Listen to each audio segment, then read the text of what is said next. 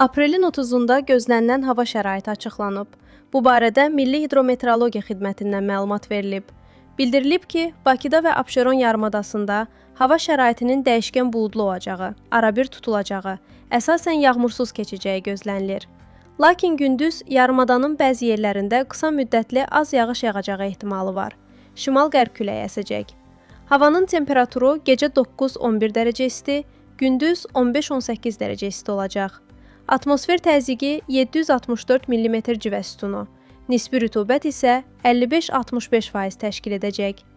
Azərbaycanın əksər rayonlarında havanın əsasən yağmursuz keçəcəyi gözlənilir.